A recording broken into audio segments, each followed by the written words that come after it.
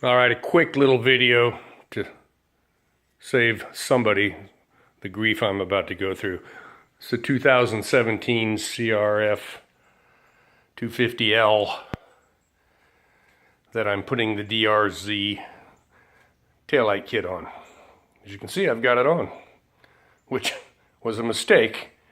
The directions say put the tail light on and then put this little bracket on, which goes up underneath here and hides that hole there so dirt doesn't get up in.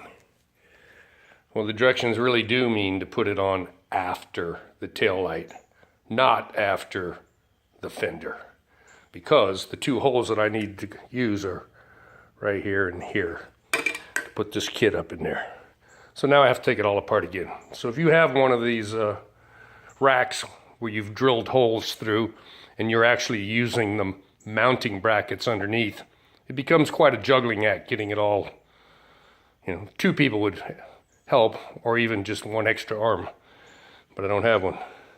So just so you know, make sure you put this piece on before you put the fender and all that other stuff on.